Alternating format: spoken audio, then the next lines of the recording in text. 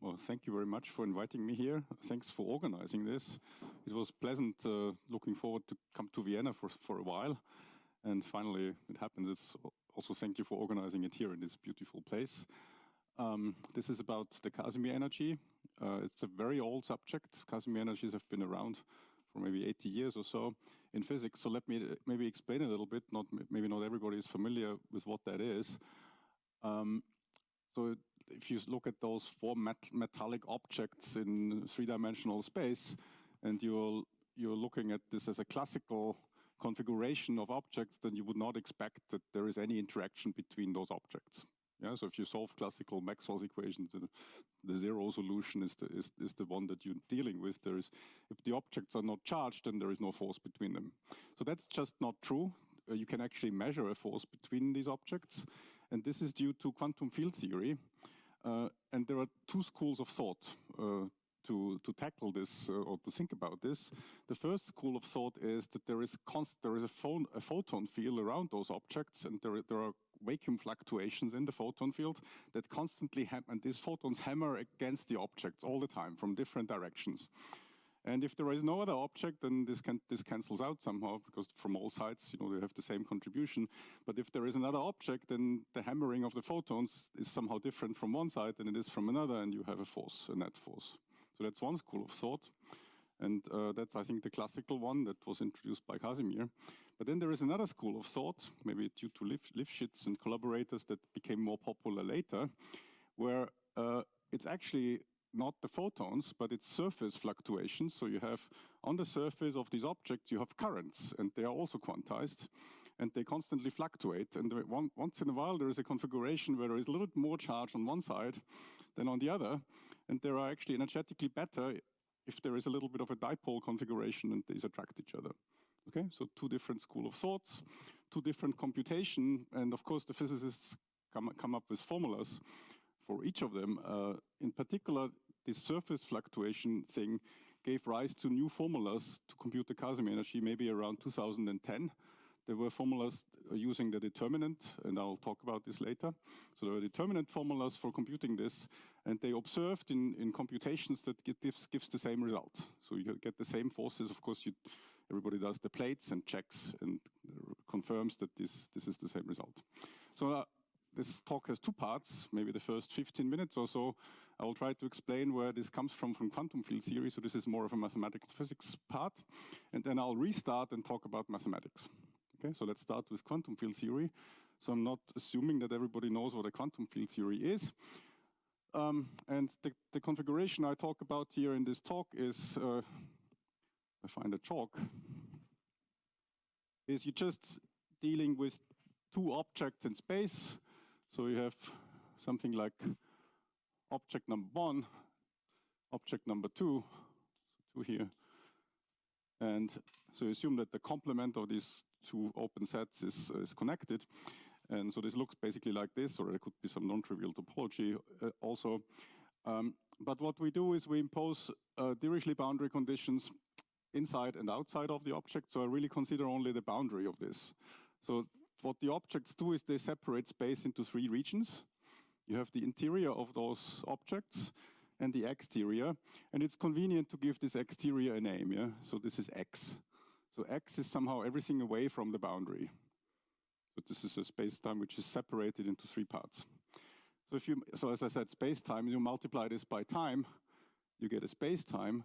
And then quantum field theory consists of giving this sequence of correlation functions. They're called the endpoint functions that are basically just the scattering amplitudes if you want to, put a particle here, put a particle there, and then measure a particle somewhere else.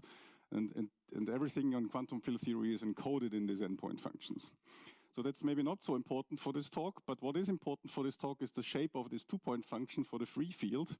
So that's how you compute it. If you have a function, a compactly supported smooth function on space-time, another compactly supported smooth function on space-time, so you want to compute this two-point function here, what you do is in the x variables, you apply this operator here, and in the t variables, you just integrate. Okay? And if we analyze this two-point correlation function, for example, when t is equal to d dash, what you discover is Laplace to the power minus a half.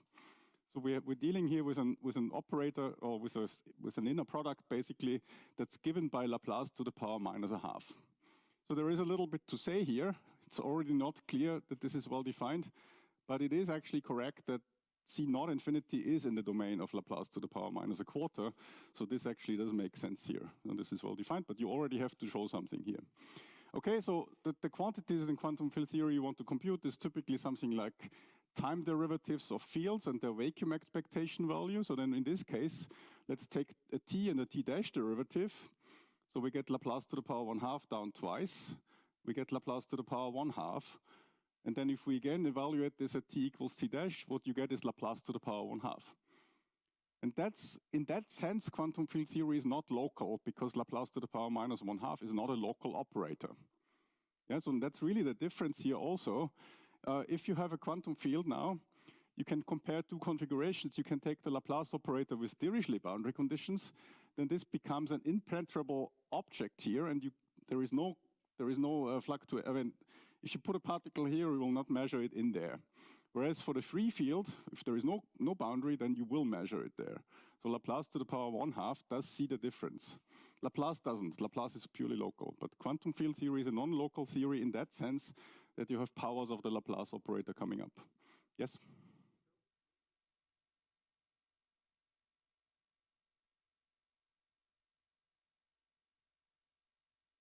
Well, you mean why not a quarter or a third? Or, well, it is just what... Well, yeah, I mean, I think that's actually another feature in physics that you have finite propagation speed. So in this particular case, I don't know if you accept this as an answer, but the wave equation is behind this. So this is part of the fundamental solution of the wave equation. And the wave equation has finite propagation speed, and this is really important in physics because quantum field theory still has. So if you take the antisymmetric part of this is the commutator function. And this is the antisymmetric part, you get sine of Laplace to the power 1/2, which is the fundamental solution of the wave equation. And this has finite propagation speed. So Einstein causality is encoded here. And if you had another power, then this would not be true anymore. Yeah, then you wouldn't get, you don't have Einstein causality. So I think that's a reasonable answer. Yeah. Okay. So what, however, you have to do if you compute things like the stress energy tensor is that you want to evaluate these expressions here when we put in delta of x and delta of x for f1 and f2. So in the language of integral kernels, this means you want to take the integral kernel of this operator and evaluate it for equal points. So we call this the diagonal. So this is not a smooth integral kernel. It's highly singular on the diagonal, and you just cannot do it. So this is the regularization problem that arises here in quantum field theory. Okay. So how does one usually deal with it? So let's maybe discuss a couple of properties of the square root of the Laplacian. So first of all, how do we define it? Well, you just take Borel functional calculus. It's a self-adjoint operator. If you specify what the domain is, and then you have a full functional calculus, and of course Laplace to the power minus a half will be an unbounded operator because the continuous spectrum goes down to 0. So it's unbounded. Both Laplace to the power minus a half and Laplace to the power 1/2 are unbounded operators, but the good news is they both have C naught infinity in their domain. So they both have a distributional kernel, so that's already good because then we are in the theory of distributions. And then if you take the difference of Laplace to the power 1/2 and Laplace 0 to the power 1/2, so 0 is without any boundary conditions. So what you get is an operator that has a smooth integral kernel away from the boundary. So that's also fantastic because if we take differences to the free case, we can actually restrict to the diagonal. So this is good news. This is also good news. So both the negative and the positive square root have smooth integral kernels. But there is also bad news because this smooth integral kernel is not smooth up to the boundary. So this is still singular. It's very singular at the boundary. And this is actually a lot of the origins of problems in this Casimir energy business. So here is a little convention for just to explain a little bit better to you what we're doing here. So if you have an integral operator k, then I take these square brackets here and write d. By this I mean the restriction to the diagonal. Okay, so as a notation, now what I explained to you, this makes perfect sense. And this will be a smooth function which is singular at the boundary. This makes no sense. Okay? because that's not a, I mean, that's a distribution. It's like restricting delta to the diagonal. It doesn't make any sense. Okay, so and with this notation, I can write down the stress energy tensor of the free scalar field. So okay, just to give you a flavor. So it's not important here actually what is really in detail. Okay, so you have some derivatives of this difference of these integral kernels, which is a smooth function, and then you take, you know, the derivatives in the first variable, derivatives in the second variable. You compute this thing. This is the metric here, so the Euclidean metric in R3 or Rn. So you can see that this is a well-defined smooth function. This is a tensor here. This is the 0, 0 component of the stress energy tensor. You can notice here the Laplace to the power 1/2, yeah? And then there is also a divergence term, which is always discarded in the physics literature. And I think that you cannot discard it, actually. If you treat this rigorously, this actually gives extra terms that you have that are important. Okay, anyway, so what you see is the structure here is Laplace to the power 1/2, Laplace minus to the power 1/2 appearing everywhere. Okay, so now what's the Casimir force as coming out of rigorous QFT? And it's been an old story. So what's the Casimir force? It turns out that this tensor here is divergence free. And what you can do is you can integrate it around any surface surrounding an object. So for example, here you can integrate it around object omega 1. And the vector you get is independent of the surface that you chose. Yeah, you can think of it as a vector valued cohomology class. So you pair it with the cycle around an object. So piece of warning, you cannot go up to the boundary because it's singular there. Yeah, you must stay away from the boundary, but you can. And so this gives you a well-defined vector here. And this somehow there is a consensus that this is the force. Okay, and as you can see, there is absolutely no ambiguity here. There is no regularization. There is a bit of a regularization because you consider differences, but there is no renormalization. There is no zeta function regularization needed here. And in fact, throughout the talk, there will be no zeta function regularization needed at all. So this is a finite quantity, and this is what we want to compute.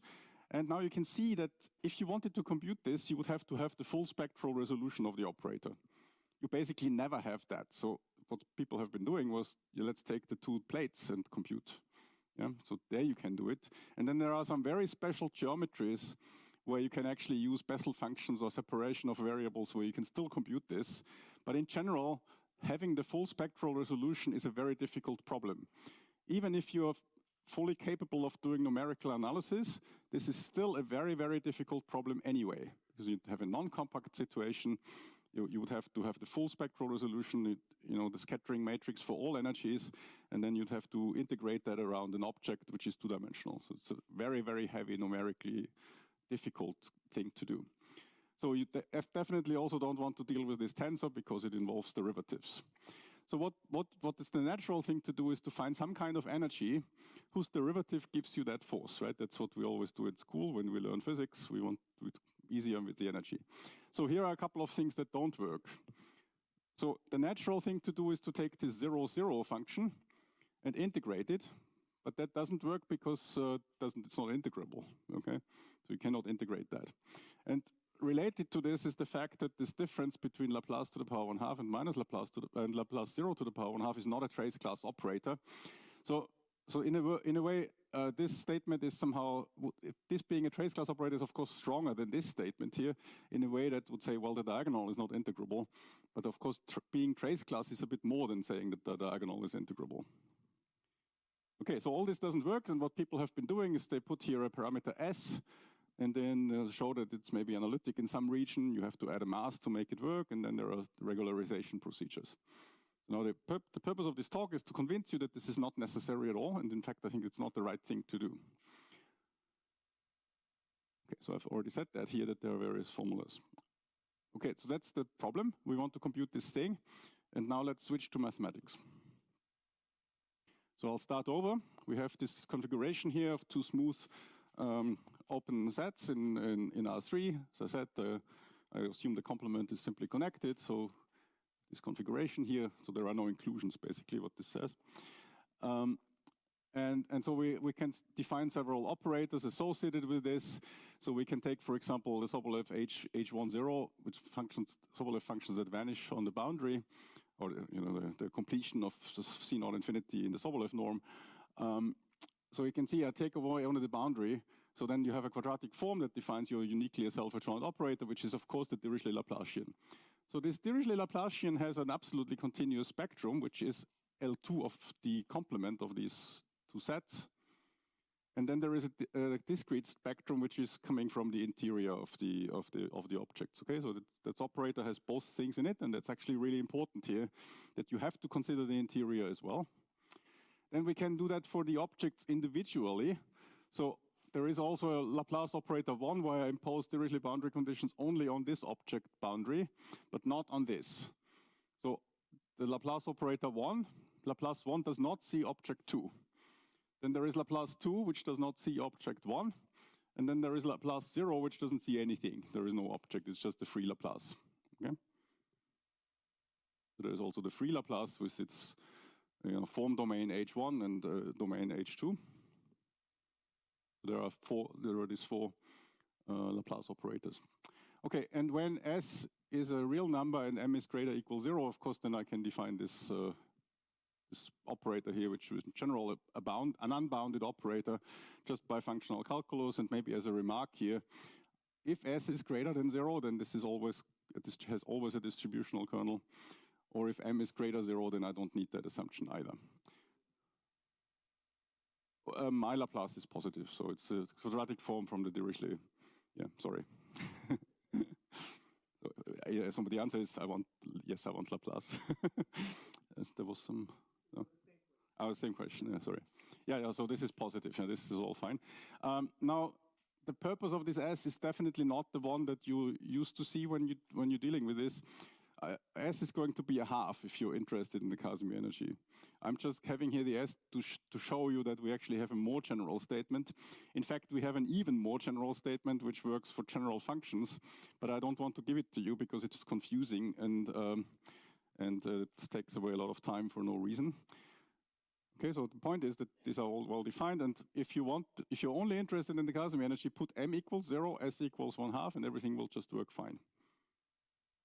So then there is this, so you can consider those operators. So every one of those is an unbounded operator, and they span a 4-dimensional space.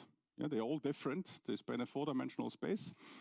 And it turns out that there is a 1-dimensional subspace of trace class operators in this 4-dimensional space. And so it's generated by this element here. This is a trace class operator. So this is quite surprising because there is no other linear combination that is trace class in here. In fact, every one of them, every other combination is even unbounded. So the way this is a trace class operator, it's densely defined. It's defined on C0 infinity X, but it extends continuously to a trace class operator. Okay, so that's the theorem for any S. Yeah, so that's right. So S is positive. Yeah, that's actually quite important. Yes. So no, when M is greater than 0.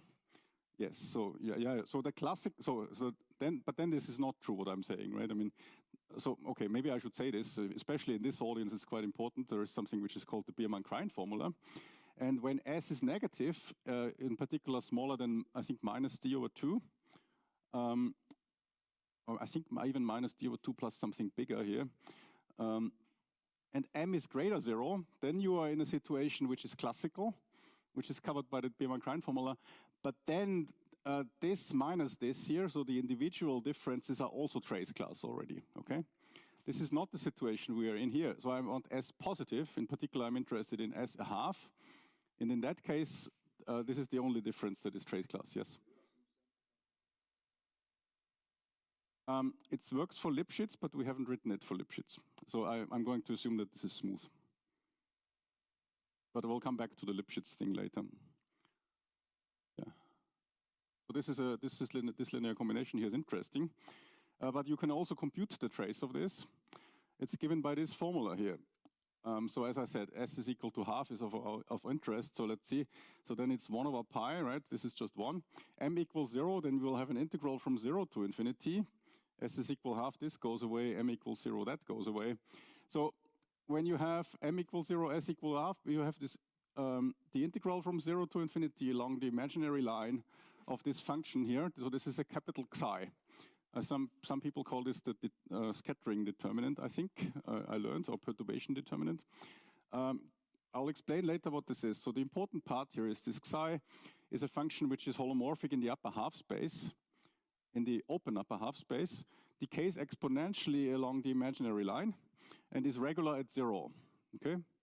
It's not holomorphic at 0, but it's regular at 0, so it's continuous down to 0.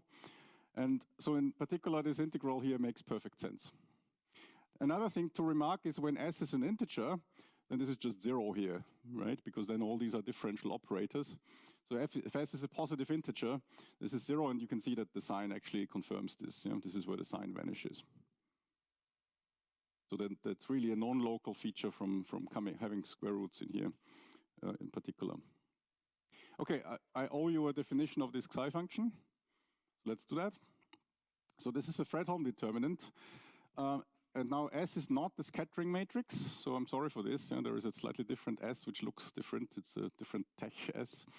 This S here is the so-called single layer operator.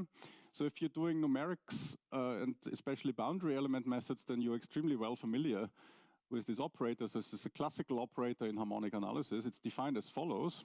So I'll talk you through that if you don't know the notation. So take the free resolvent, you know, the one where you have an explicit formula for in dimension 3, it's e to the I lambda x minus y divided by 4 pi x minus y. So this is explicit. So this is an integral operator, but now think of it as an integral operator on the object boundary. So then it defines the so-called single layer operator. So you can write it like this. So gamma is the Sobolev trace map, yeah? And gamma star is the adjoint of the Sobolev trace map. The S is not the same S as we had before. It's just saying what the mapping properties are between Sobolev spaces. Now, because the boundary is smooth, these are actually known to be pseudo-differential operators. So these are holomorphic families of sorry, that's not true. So the symbol is holomorphic, but the operator is not. Yeah, so these are holomorphic. It's a holomorphic family of pseudo-differential operators in the upper half space. Yeah, not at lambda equals 0. So there is a nuisance in this theory at lambda equals 0 in even dimensions. In which case, this is just not a holomorphic family, but we know how to deal with it. So if you want, you can ask me later about this. But it actually is a longer story. Okay, so you have this single layer operator, and you can see that you can get your hands on this single layer operator numerically because it's such an explicit formula, and you can actually discretize the boundary. And you know this, if you discretize the boundary, this operator will be just a huge matrix that you can get your hands on numerically. Okay, you can do the single layer operator for the individual objects. And so you get single layer operator 1, which acts only on object 1. You have single layer operator 2, which acts only on object 2. And then you can put them together, you know, into the single layer operator direct sum. So this is the same as the diagonal part of this S lambda. But the single layer operator of both objects has, of course, there is an integral kernel, and there are points on one object and there are points on the other objects. So that's somehow not included in this direct sum here. So this is not 1. But what happens here is the single layer operator is actually invertible. So good news. Yeah? So you have to use a little bit of Fredholm theory at lambda equals 0 here. So this actually makes sense. And what you can show is that this is 1 plus the trace class operator. In fact, 1 plus the holomorphic family of trace class operators.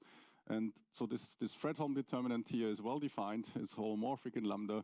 You can choose a branch of the logarithm in such a way that this psi function has the properties that I mentioned before, and so it becomes well defined.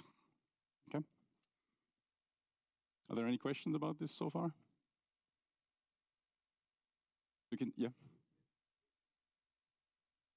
No, well, yes and no. It's not a Dirichlet, so there is an exterior Dirichlet to Neumann map, and then there is the interior Dirichlet to Neumann map. And so you can take the sum of the interior and the exterior Dirichlet to Neumann map, and that's going to be the S lambda, yes. Yes, you can also phrase it like this, that's right. Okay, so now here is the rigorous statement. This is the Casimir energy. So what does it mean? It is the Casimir energy. It means this. So this was published actually last year. This 1/2 d1/2, so this trace is actually, so this d1/2 is a family of trace class operators. If you move the object around, it depends differentiably on the parameters. Okay, So you can differentiate when you move the object, very important, rigidly. So then this is actually differentiable as a family of trace class operators.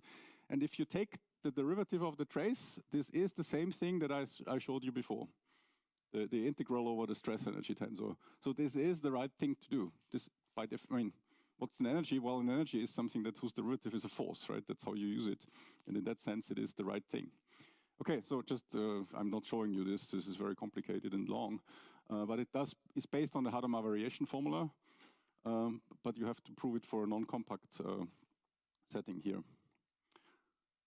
Okay, but one important comment that I've already made is that so these kernels are not smooth across the boundary. So there is a lot of integration by parts involved where the interior and the exterior both show up. And it's also this divergence term that I showed you before cannot be neglected. It does actually contribute something in the proof of this. Okay, so here is some relation to spectral theory and spectral asymptotics and spectral geometry. So maybe I'm not really explaining this too much here. There is something which is called the Doistermaat-Guillemin trace formula, which the physicists also know under the name Gotzwiller trace formula, that tells you how, well, what does it say? It's the singularities of the wave trace. So if you don't know this, then there is no chance to understand. But I can actually give you a formula here. So this psi function has an asymptotic behavior as lambda goes along the imaginary axis. It's exponentially decaying. But in fact, you can say exactly how it decays. It goes like e to the minus 2a. So a is the distance between the objects.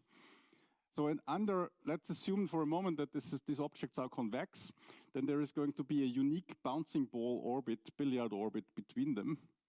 And this billiard orbit will have an associated dynamical Poincaré map. So this Poincaré map is this P here.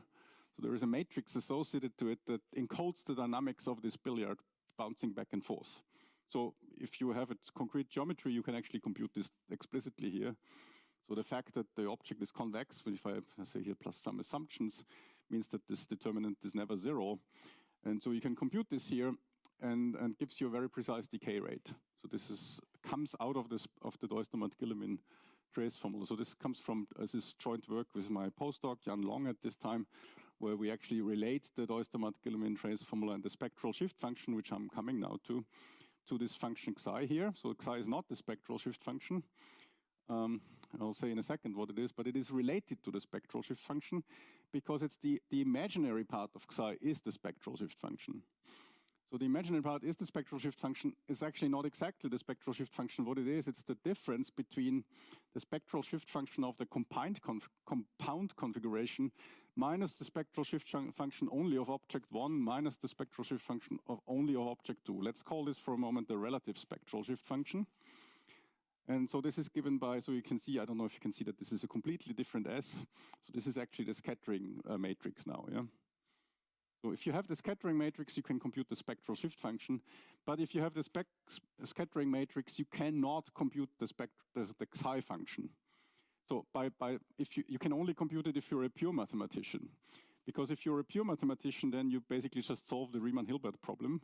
So you have to do a Fourier transform and then a Laplace transform. If you're a numerical analyst, this is completely useless, yeah? Because there is no way you can extract the function psi from the spectral shift function in that way. So knowing computing the scattering matrix, therefore, does not give you a convenient access to the function psi. And I have tried, yeah, because the scattering matrix is actually easier to compute. So it would be nice, but I don't think that you can get your hands on the function capital Xi from the little xi. Nevertheless, so this has been observed before. So there, I think, some important work by Simon and Gistesi, where a formula relating the spectral shift function and this determinant here that we had before was observed, and this was actually generalized by Gilles Caron to this geometric setting here, where he phrases it in terms of Dirichlet to Neumann maps or sums of Dirichlet to Neumann maps. So it's not exactly the same as what I present here. But he actually has a formula for the zeta regularized determinant of this Dirichlet to Neumann map and relates it to the spectral shift function. And this is also, I think, related to work by Yussi and Fritz and Nakamura. Yeah, thank you. Okay. Okay, so the upshot is that I don't think you can use the Biermann-Krein formula. I mean, the Biermann-Krein formula is not applicable to this setting anyway. But even if you are somehow trying to use tricks, I don't think you can reduce this to the Biermann-Krein formula. Okay, so it's a different one. Nevertheless, so you can use that formula to compute the spectral shift function. So I want to show you this a little bit. So there is a paper by Galkowski, Marchand, Zworsky, and Fang, which appeared on the archive 2 weeks ago. And I was actually quite happy to see that. So they compute numerically the spectral shift function of this configuration here, amongst other things. So this is used using finite element methods, using perfectly matched layers in dimension 2. And you can see here that this line here is the spectral shift function. That's the derivative of the spectral shift function. So of course, the spectral shift function of one circle can be computed directly. It's just the sum of Hankel functions. Yeah. So this is something because of separation of variables, you can compute the scattering matrix. So no problem at all. So in a way, what they have also computed is the relative spectral shift function. But they don't plot it, they plot only the sum. So you can see this curve. There is a Weil law which is extremely accurate. So the observation of this paper is that the Weil law and the actual spectral shift functions, they are extremely good. So they're almost the same. Yeah. So in other words, the relative spectral shift function is very small. But they do notice a little bit of a difference here, which they zoomed into. And that's from their paper. So I took the freedom to copy this out of their paper. So here's the acknowledgement to the paper. This is something that I've done. And that's actually a plot of the relative spectral shift function where we use this determinant formula. And so the comparison is here that this was done in Mathematica. So, you know, numerically, this is extremely poor, but it works. And it works to extremely high accuracy. Okay, maybe there is a factor of 2. I'm not 100% sure because I've done it on the weekend. But so what you can see here is the blue thing is the relative spectral shift function. You can see it oscillating. Yeah, very strange. So it oscillates very nicely here. And they were kind enough to send me their data. So there's also oscillates like that. So good. Yeah? So we have at least the same picture here. What's the orange line? So the orange line is if you take this Gutzwiller trace formula here, and you apply it on the real axis. Yeah. Then this e to the I, so the imaginary part becomes a sine, and you get a sine with an oscillation related to the distance between the objects. And I've plotted that sign for you here. Yeah. So, and I find this very interesting because Zworsky's observation that the Weil law is accurate. Not only the Weil law is accurate, the Gutzwiller trace formula, Deustermatt-Guillemin trace formula seems to work extremely well. Even, you know, these are very low frequencies here. So you can actually read off the distance between the objects from the spectral shift, from the oscillations of the spectral shift function already at this level, which I find really surprising. So it's probably related to the convexity of the objects. So maybe I should remind you that people use gravitational wave oscillations to say something about black holes. I mean, this is directly related. Yeah. So of course you have, the theory of resonances for black holes. The physicists, of course, have no hesitation whatsoever to use this trace formula as if it was an exact formula, which it isn't. But you can see that this works here very well, yeah, which is really surprising to me. Okay, I just wanted to show you a little bit of numerics, so maybe I'll skip over that because I'm running out of time.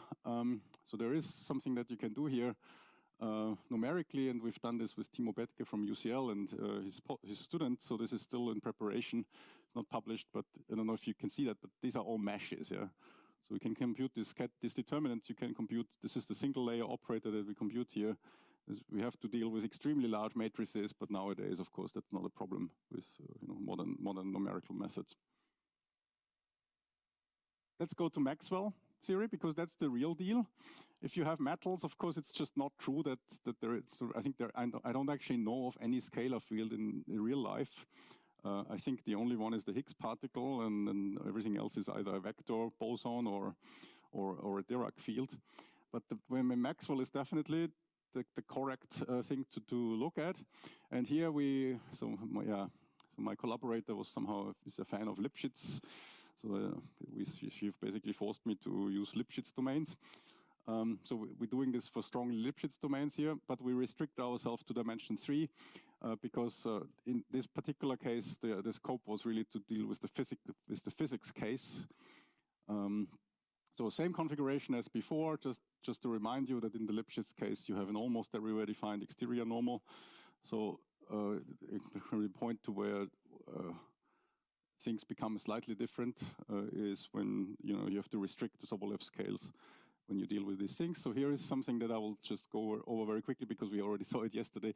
Maybe the only thing, the upshot is, so there is Maxwell's equations, but if you plug things into one another, you can very quickly see that what you're really dealing with is with spectral theory of the Laplace operator on divergence-free vector fields, yeah? Or if you want to use in the language of differential forms, so you're talking about the Hodge-Laplace operator with on co-closed forms. And the boundary conditions sometimes are called metallic boundary conditions or sometimes are called relative boundary conditions. So this is what we're dealing with. And then there are certain spaces that have turned out to be the right spaces to do numerics and I think also to do analysis. So there was a huge body of work that we were able to rely on, which was very, very convenient and very good. I mean, otherwise I think it would not have been able to do the Lipschitz case here. They've stuck to the smooth case instead. So here are a couple of spaces. So you have delta D, which some people prefer to as curl, and delta is diff, and then you have this space that appeared yesterday. So this is the H1 curl space. So this is just these are all anisotropic Sobolev spaces in the sense that you have to be more regular in some directions and in other directions you don't have to be regular. So this here just says that the curl should be in L2. But then the most interesting space is this one here. It's called the H minus a half diff space or H minus a half delta space. So here you can see here. So these are H minus a half functions, but if you apply diff, you need to be in H minus a half. So in certain directions, this actually has to be in H1 half. Yeah. So the Sobolev scales vary between H minus a half and half. So here you can see here I was a little bit cheeky. I was writing down a definition that only works for the smooth case, because that's actually quite a lot of work involved defining this for the Lipschitz case. But this has been worked out. So for example, there is a textbook by Kirsch where this is done in great detail using Lipschitz coordinates.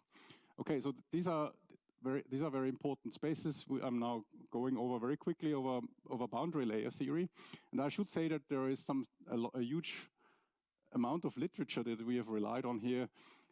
In particular, I want to point out the various papers by Dorina and Marius Mitrea, where these things are actually written down with the scope on LP analysis, which we're not doing here. But this was something that for us was mathematically readable. So things were precise. The mapping properties were stated. And so that was actually really important for us to be able to see that. Then there is also a recent textbook by Kirsch where these spaces are used. And then Martin Costabel has somehow so he told me that this goes back to Nedelec, where those spaces are introduced. And these are very convenient spaces for this type of boundary layer theory that I'm going to tell you now. Yeah. So these are the right spaces basically. And I think I should also say that I think Dorino and Marius do this also. I think there is a generalization to the higher dimension. So everything, this is just the right thing. This works in higher dimensions for differential forms. There is only one thing that I really want to complain about. I don't know if you want to hear it, but I complain anyway. So there is this in the literature on numerical analysis. There is this is called the tangential trace map. So they take the cross product with the normal vector field, which basically projects out the tangential component, and they call it the tangential trace map. And in the book of Kirsch, for example, this is called gamma t. This is just not right. This is not the tangential trace map. I mean, everybody from differential geometry knows that the restriction commutes with the derivative, but then it's the restriction of differential forms where you don't cross with nu. So Kirsch calls it gamma capital T. But then if you do that, if you do gamma capital T and you do the right one, then this actually just generalizes to higher dimensional spaces as well. Yeah? So if you do it the right way with D and delta, then all this theory also works. But okay, we stick here with the notations from numerical analysis simply because I think this is really important for this community also when it comes to the Casimir energy. So, sorry for boring you with function spaces.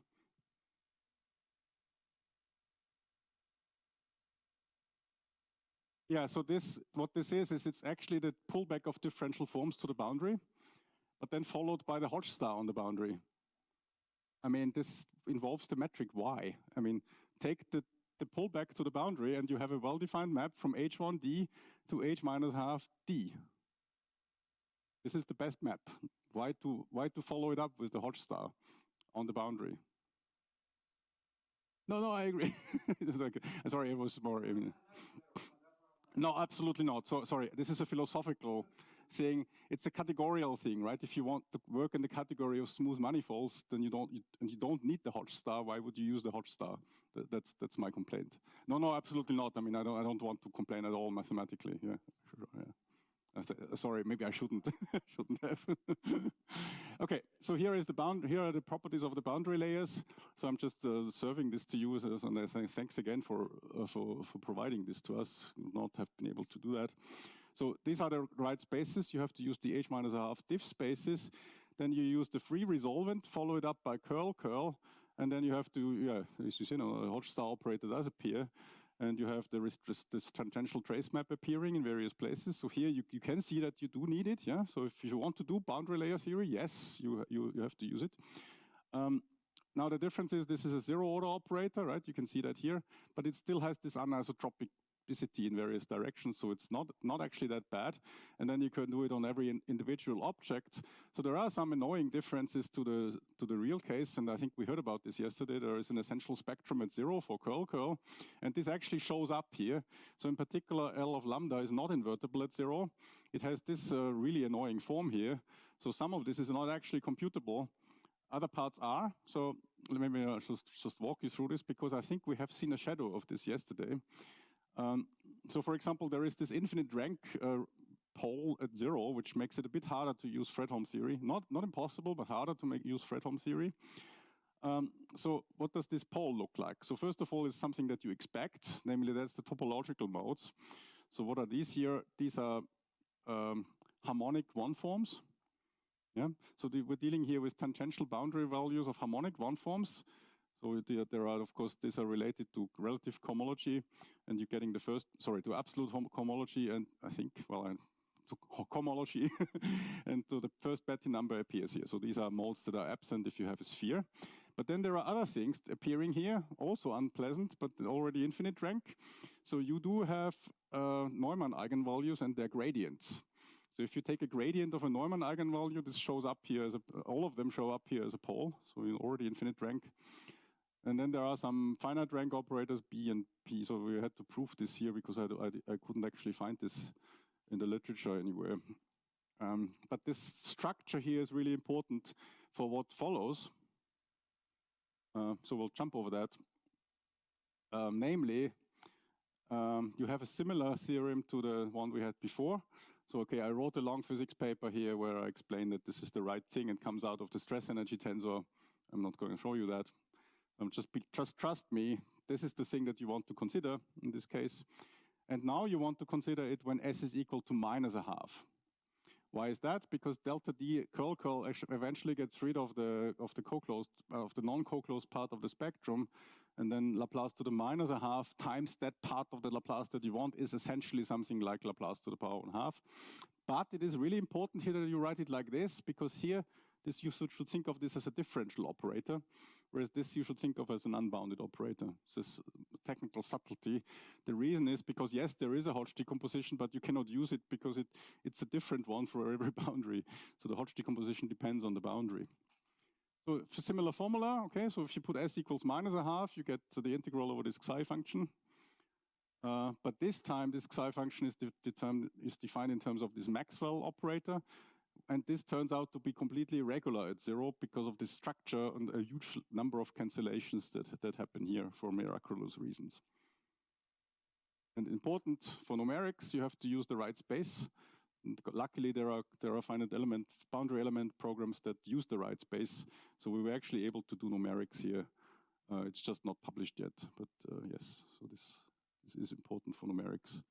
And I've already said a couple of things. Maybe I'll stop here because I think I still only have 1 minute left. Huh? I have 1 minute, but I think it's, yeah. So I think I said most of the things here. So there are some unpleasant differences to the scalar case, but we managed to do it also because 3 dimensions is a bit easier because it's holomorphic at 0. In odd dimensions, in even dimensions, it's very, very unpleasant because you have log terms at 0, which kind of you have to modify Fredholm theory to deal with it. And we did not want to do this here, but also because I think that it's a bit, it's not really very physical if you do Maxwell in dimension 4, for example. Good. So here are some references, and I think I'll stop here. Thank you.